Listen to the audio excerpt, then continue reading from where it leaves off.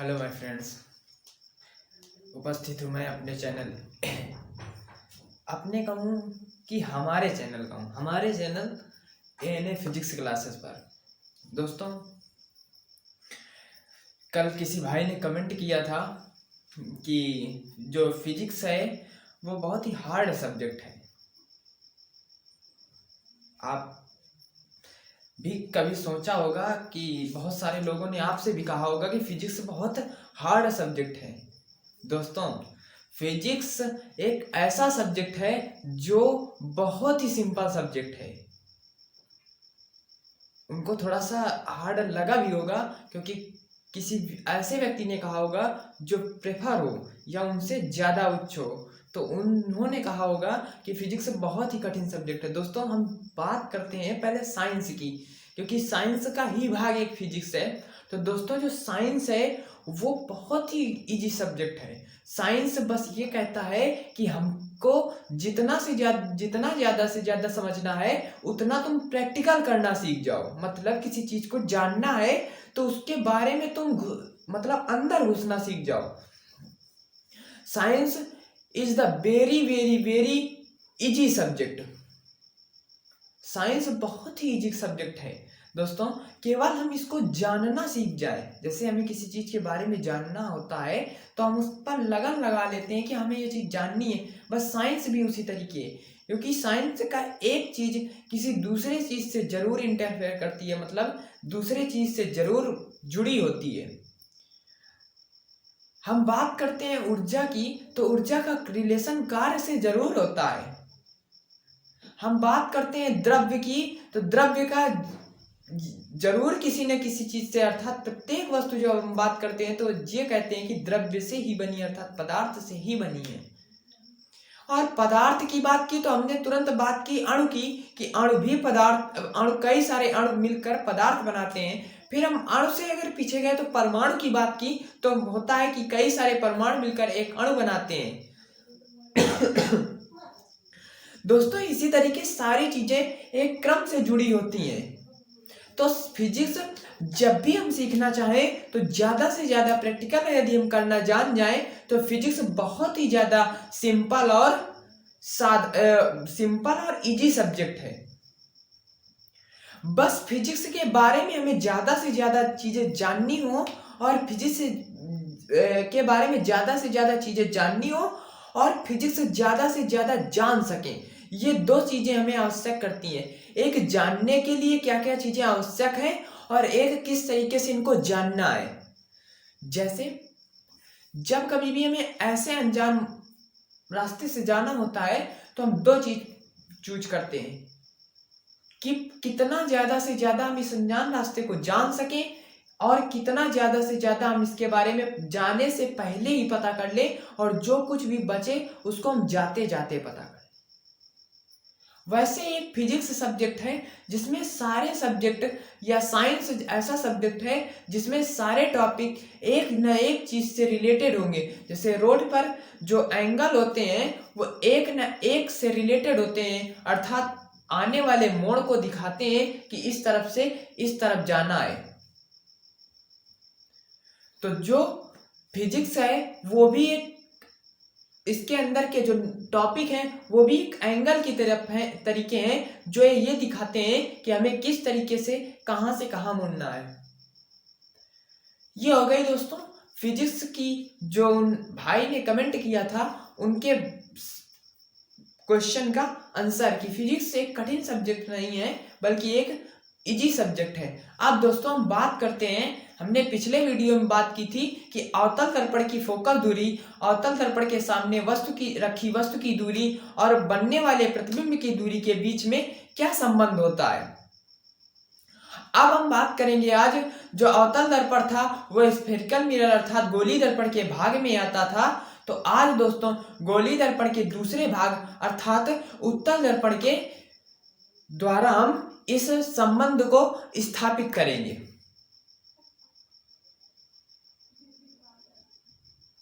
आइए दोस्तों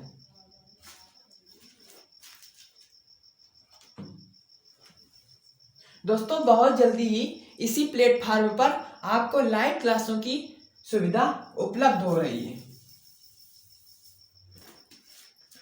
दोस्तों हम बात करते हैं गोली दर्पण की फोकस दूरी और गोली दर्पण के सामने रखी वस्तु की दूरी और गोली दर्पण द्वारा बना वस्तु का प्रतिबिंब की दूरी के बीच में संबंध में। तो दूसरा था जो वो उत्तल दर्पण वाले पार्ट की हम बात करते हैं। तो दोस्तों पहला था अवतल दर्पण, उसको हमने प्रूव कर लिया था। अब बात करते हैं उत्तल दर्पण की। तो उत्तल दर्पण की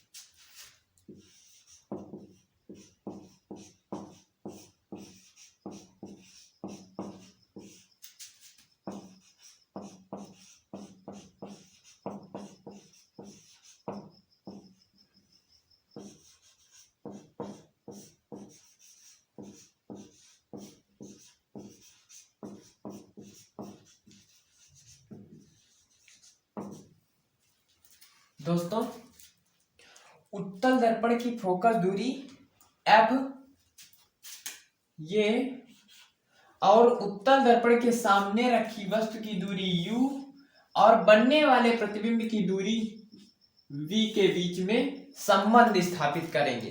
दोस्तों वही संबंध जो हमने पिछले वीडियो में देखा था या पिछली क्लास में देखा था। अब दोस्तों हम बात करते हैं इसके बारे में, बहुत ही साधारण और सिंपल लैंग्वेज में जानते हैं और पूरा बेसिक से समझते हैं। आइए दोस्तों, तो सर्वप्रथम हम बनाते हैं उत्तल दर्पण। क्या बनाते हैं? उत्तल दर्पण जो एक गोली दर्पण का भाग है। तो दोस्तों ये एक उत्तल दर्पण बनाया,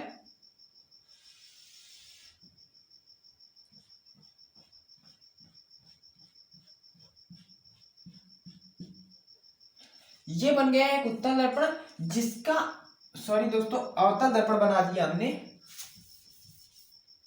ये बन गया एक उत्तल दर्पण।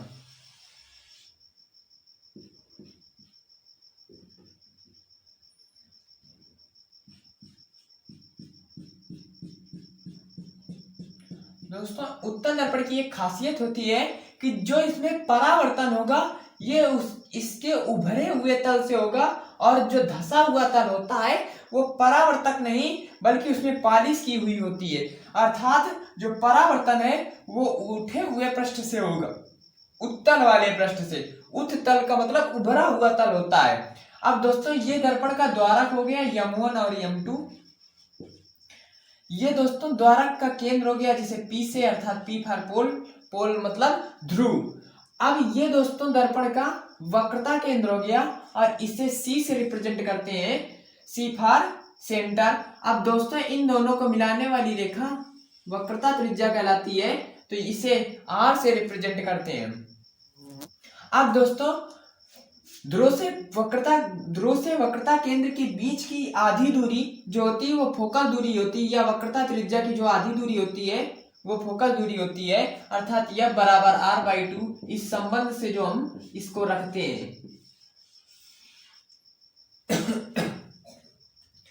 अब दोस्तों उत्तल दर्पण की यह मुख्य अक्ष है, तो जो वस्तु रखी जाती है चाहे जो मिरर हो उसमें हमेशा बाईं ओर वस्तु रखी जाती है। दोस्तों ये बात जरूर याद रखना, वस्तु हमेशा बाईं ओर रखी जाती है, अर्थात परावर्तक पृष्ठ की ओर रखी जाती है। परावर्तक पृष्ठ की ओर रखी जाती है दोस्तों, वो हमेशा किस ओर होता है, बाईं ओर हमेशा रखते हैं। अब आप चाहे उधर की ओर बना ले, लेकिन जो हमने बनाया है तो उसमें कह सकते हैं हम परावर्तक पृष्ठ की ओर रखते हैं। तो दोस्तों ये हमने वस्तु रख दी, तिरछी रख गई है, ये रख दी हमने वस्तु, एक वस्तु रखी और इस वस्तु का नाम था ए बी। दोस्तों ये मुख्य अक्ष के समांतर एक प्रकाश किरण इस वस्तु से निकल कर जा रही है और ये मुख्य अक्ष के समांतर गई। दोस्तों ये देखिए, ये ए बी वस्तु सी थी और उससे निकलकर समांतर एक प्रकाश किरण गई, और जब ये प्रकाश किरण गई तो दोस्तों ये होकर कहां से जाएगी, फोकस से, लेकिन ये उस तरफ प्रकाश जा नहीं पाएगा। तो ये लगभग इसी फोकस से अगर हम देखें तो ये ऐसे मुड़ जाएगा, परावर्तन हो जाएगा। तो दोस्तों अगर गौर से देखें तो ये वस्तु जो है इसका अगर हम इसको आभास करें तो ये ऐसे कुछ जा रही थी और इस भाग से क्या हो रही थी, परावर्तित हो रही थी। अब जो दोस्तों जो दूसरी प्रकाश किरण है वो कहां से होकर जाएगी, वक्रता केंद्र से। तो दोस्तों ये वक्रता केंद्र से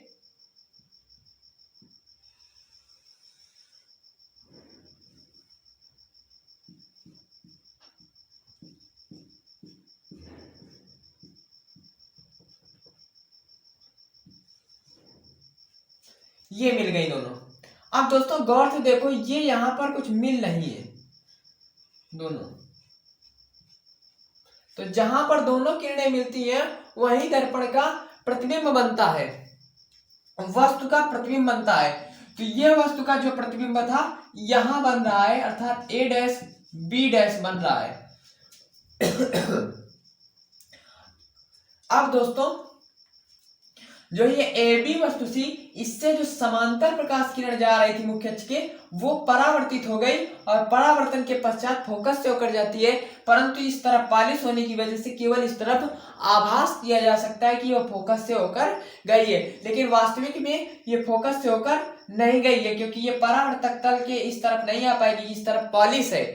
अब दोस्तों जो दूसरी प्रकाश किरण होती है वो वक्रता केंद्र से होकर जाती है, तो ये भी प्रकाश किरण वक्रता केंद्र से होकर नहीं जाएगी, अर्थात ये भी इसी तरीके डॉटेड बनाई जाएगी।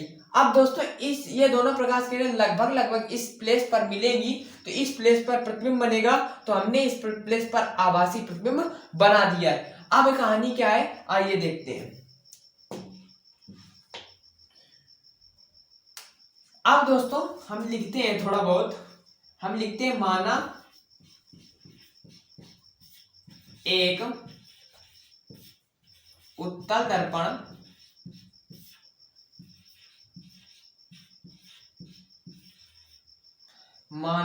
उत्तल दर्पण जो क्या है, जिसका द्वारक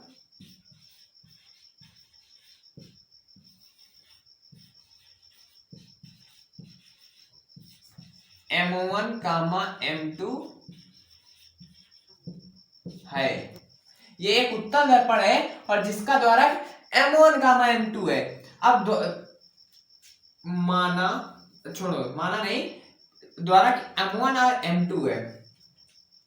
एक वस्तु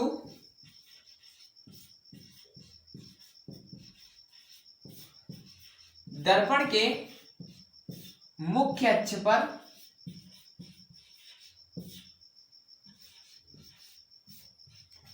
स्थित है, तब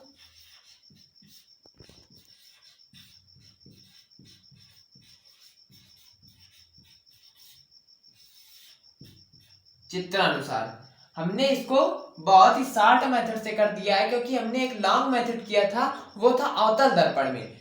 ये हमारा सबसे शॉर्ट मेथड रहेगा, क्योंकि हम इसमें ज्यादा भाषा नहीं लिखेंगे, क्योंकि हमने जितनी भाषा लिखनी थी वो हमने अवतल दर्पण वाले में लिख दी है, तो हम ज्यादा कुछ इसमें लिखेंगे नहीं। ओनली केवल ये हम इसमें केवल क्या करेंगे, केवल डेरिवेशन करेंगे। तो अब दोस्तों क्या देखते हैं कि हमने लिख दिया चित्रानुसार, मतलब जितनी सारी क्रियाएं की जाएंगी चित्रानुसार। दोस्तों आप लोग देख रहे होंगे ये वाला, अब इसमें क्या कंडीशन है दोस्तों, अगर वस्तु बढ़ेगी, आप कुछ देख रहे होंगे, अगर ये वस्तु बढ़ेगी तो ये वाली भी कंडीशन बढ़ेगी, अर्थात वस्तु की लंबाई बढ़ेगी तो प्रतिबिंब की लंबाई बढ़ेगी, अगर ये वाली दूरी मान लो बढ़ेगी तो ये वाली भी दूरी बढ़ेगी। समझ रहे हैं ना बात को? अगर वस्तु लंबी होगी तो ये दूर से जाएगी, अर्थात ये दूरी भी बढ़ेगी। और अगर ये वाली लंबाई बढ़ेगी BC की, अगर वस्तु दूर जाएगी तो ये लंबाई भी B' की क्या हो जाएगी? परिवर्तित हो जाएगी। यही क्रिया दोस्तों यहां पर भी होती है। अगर ये जो ऐसे आ रही है, अगर ये बढ़ेगी तो दोस्तों ये, अगर इस वाले त्रिभुज को ले ले, कौन सा त्रिभुज? एक त्रिभुज हम ये वाला ले ले और एक त्रिभुज कौन सा ले ले? ये वाला। तब दोस्तों क्या होता है, अगर हम इसको मिला दें, यहां से इस पॉइंट को डाल दें S और इस पॉइंट को डाल दें P, तब दोस्तों क्या होगा, अगर ये वाली दूरी बढ़ रही है तब भी ये वाली दूरी बढ़ रही है, ये वाली दूरी बढ़ रही है तो ये वाली दूरी भी बढ़ेगी। तो मतलब परिवर्तन इन पर होगा तो परिवर्तन इस पर भी होगा। अर्थात ये दोनों त्रिभुज एक दूसरे के क्या हैं? समरूप हैं। अर्थात इन पर होने, इस पर होने वाला परिवर्तन इस पर देखा जा सकता है। अर्थात इनके रूप एक तरीके के हैं, इसका रूप बदलेगा तो इसका रूप भी बदलेगा। तब दोस्तों त्रिभुज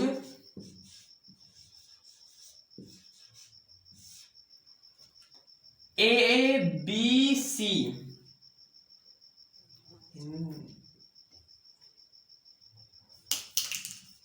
इसको हम ऐसे बना देते हैं, त्रिभुज ABC, ये वाला त्रिभुज लिया और त्रिभुज ये वाला देखते हैं, कौन सा लेते हैं हम? ये A', ABC और A', त्रिभुज A', B', से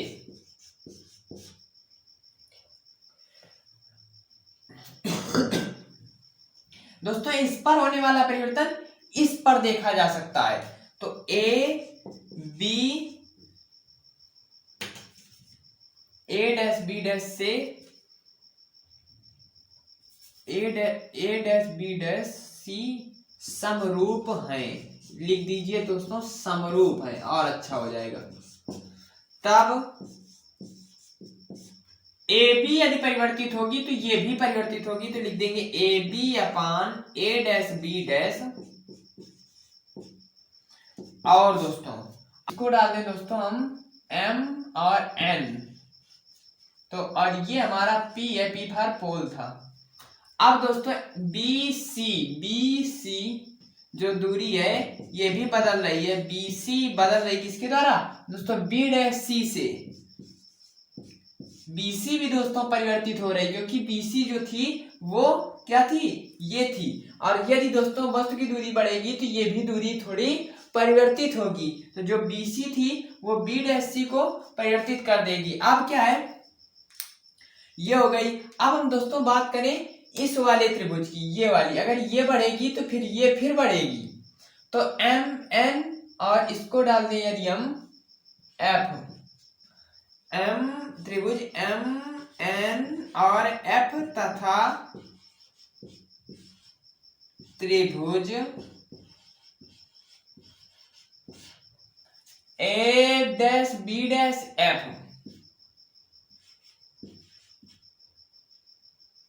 त्रिभुज A', B', F में समरूप, ये भी दोस्तों दोनों समरूप हो जाएंगे। तो ये अगर बढ़ेगी तो ये भी बढ़ेगी, फिर तो MN is equal to A' B' की। और दोस्तों जो N ये है दोस्तों क्या? NF किससे परिवर्तित होगी? इससे। तो NF जो परिवर्तित होगी वो B', F से परिवर्तित होगी। ये हो गया दोस्तों परिवर्तन। अर्थात इसमें होने वाला परिवर्तन इसके द्वारा प्रदर्शित होगा, या इसमें जो परिवर्तन होगा ये इस पर दिखेगा। अर्थात ये इसमें ये और इसमें दोनों में एक साथ परिवर्तन होंगे। अर्थात ये दोनों कैसे त्रिभुज है? समरूप है। इसमें जैसे था वैसे ही इसमें कंडीशन है। तब दोस्तों अगर हम बात करें, देखें mn जो है वो AB के बराबर है। क्यों? क्योंकि जो इसका समांतर थी ये दोनों रेखाएं और इस पॉइंट पर है, तो ये दूरी और ये दूरी दोस्तों बराबर है। तो लिख देंगे चूंकि mn बराबर AB, तब इसको इक्वेशन फर्स्ट डाल दो, इसको इक्वेशन सेकंड डाल दो, तो इक्वेशंस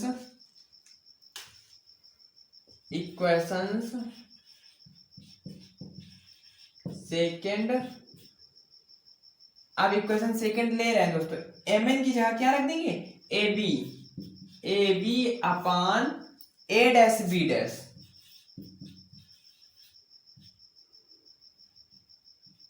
और is equal to NF upon B dash F।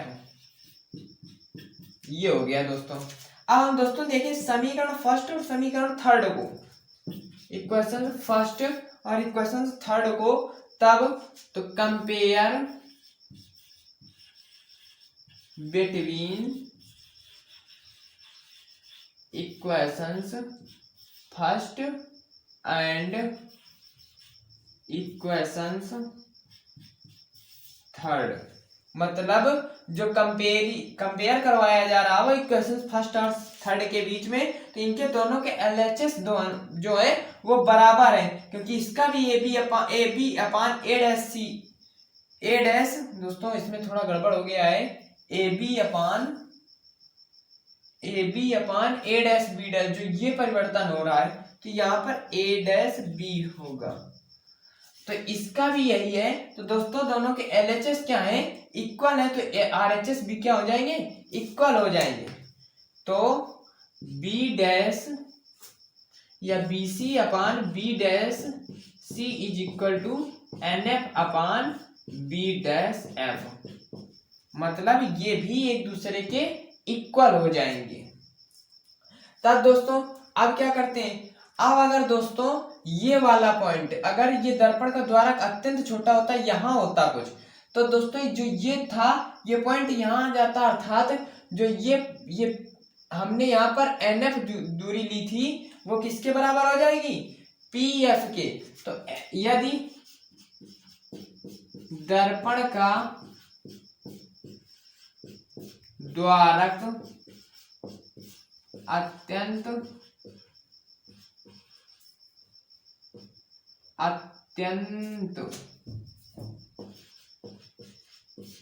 छोटा होता तो NF is equal to PF, अर्थात ये जो NF दूरी है ये PF के बराबर हो जाती। तब दोस्तों इतना नोट कर लीजिए, फिर उसके बाद आगे हम बताते हैं।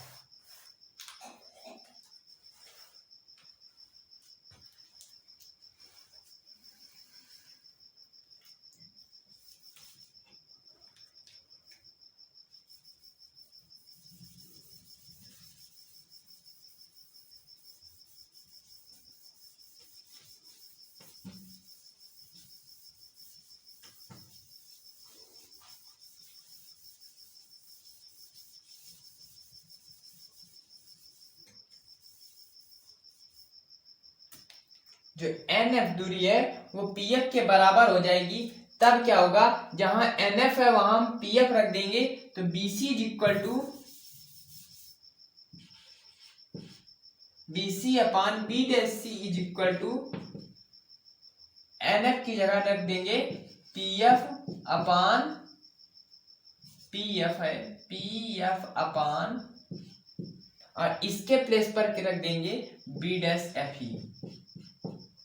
अब दोस्तों देखते हैं, जो B डैश C थी ये दूरी थी इतनी, जो क्या है दोस्तों PB और PC दूरी दोनों मिलकर हैं, तो PB प्लस PC कर देंगे। अब B डैश C दोस्तों दूरी है इतनी दूरी हमें पता नहीं है, तो हम क्या कर देंगे, ये दूरी दोस्तों इतनी B डैश C है, तो CP या CP माइनस कर देंगे इतनी दूरी को, कितनी दूरी को? CP माइनस PB डैश,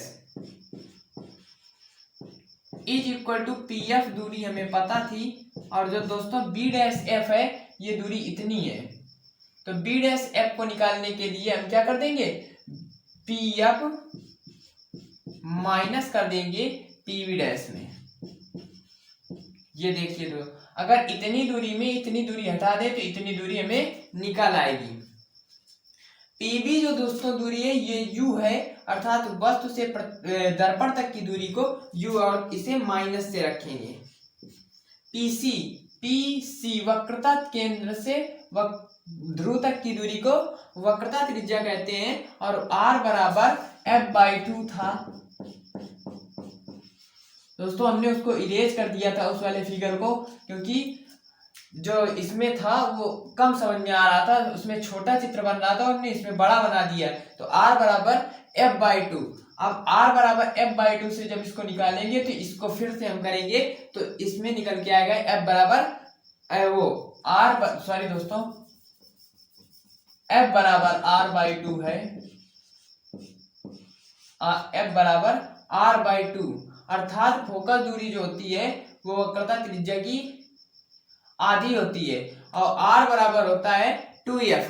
तो PC की प्लेस पर रख देंगे 2f, और CP जो दोस्तों CP है दूरी, ये C से यहाँ P तक की ये फिर वही है, तो ये भी हमारी 2f हो जाएगी, यहाँ प्लस रहेगा माइनस। अब PB डैश दोस्तों दूरी ये है दर्पण से प्रतिबिंब तक की दूरी, जिसको V से रिप्रेजेंट करेंगे। PF फिर दोस्तों P, तो फिर ये f हो जाएगी, और PF फिर दोस्तों ये f हो जाएगी, और ये PB डैश दोस्तों ये जो दूरी है ये PB डैश दोस्तों दूरी फिर से प्रतिबिंब की, तो ये हो जाएगी V। अब दोस्तों हम केवल इसका मल्टीप्लाई करवाएंगे तो ये आ जाएगा टर्म इधर u प्लस 2f, और ये आ जाएगा f minus v is equal to minus का f ब्रैकेट के अंदर 2f माइनस का b। अब u इंटू एफ, माइनस का uf हो जाएगा, और माइनस का u और माइनस का v प्लस का uv हो जाएगा, और प्लस का 2f और प्लस का 2f हो जाएगा, प्लस का 2f और इंटू प्लस का 2f इंटू f, तो ये हो जाएगा 2f स्क्वायर प्लस का और माइनस का 2fb।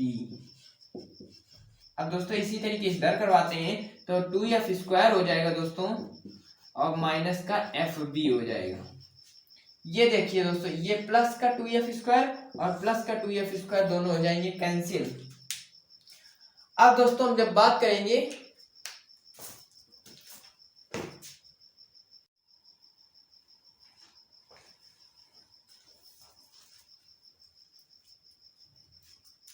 तो दोस्तों ये 2f स्क्वायर से 2f स्क्वायर कैंसिल हो गए। अब दोस्तों हम बात करते हैं, अब लिखते हैं पहले बचा क्या क्या, तो दोस्तों बचा है uf plus uv minus 2fv, और इसको भी इस तरफ ले आए तो ये हो जाएगा प्लस fb, और इज इक्वल टू दोस्तों उस तरफ बचा 0। हमने इक्वेशंस को इस तरफ पूरी कर ली और उस तरफ 0 रख दिया। अब दोस्तों जो uf है ये ऐसे ही रख देंगे और uv को ऐसे ही रख देंगे। अब ये देखिए माइनस का 2fb और प्लस का 2fb हो जाएगा माइनस का fb इज इक्वल टू 0।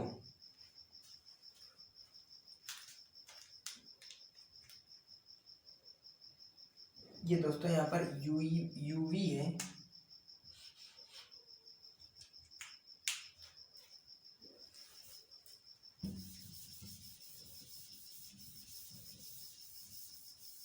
अब दोस्तों देखते हैं, हम रखते हैं इसको ये वाला टर्म इधर uv क्यों रख रहे हैं दोस्तों, देख रहे हैं अभी uv इस तरफ रख दिया और बाकी के सारे टर्म उस तरफ भेज दिए।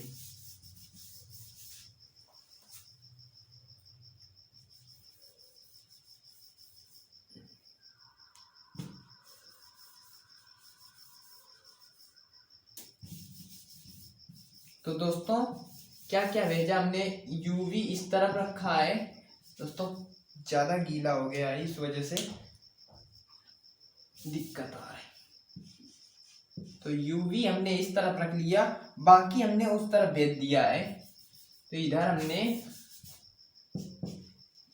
यूएफ उस तरफ जाएगा तो प्लस का यूएफ आ जाएगा, प्लस रख दिया।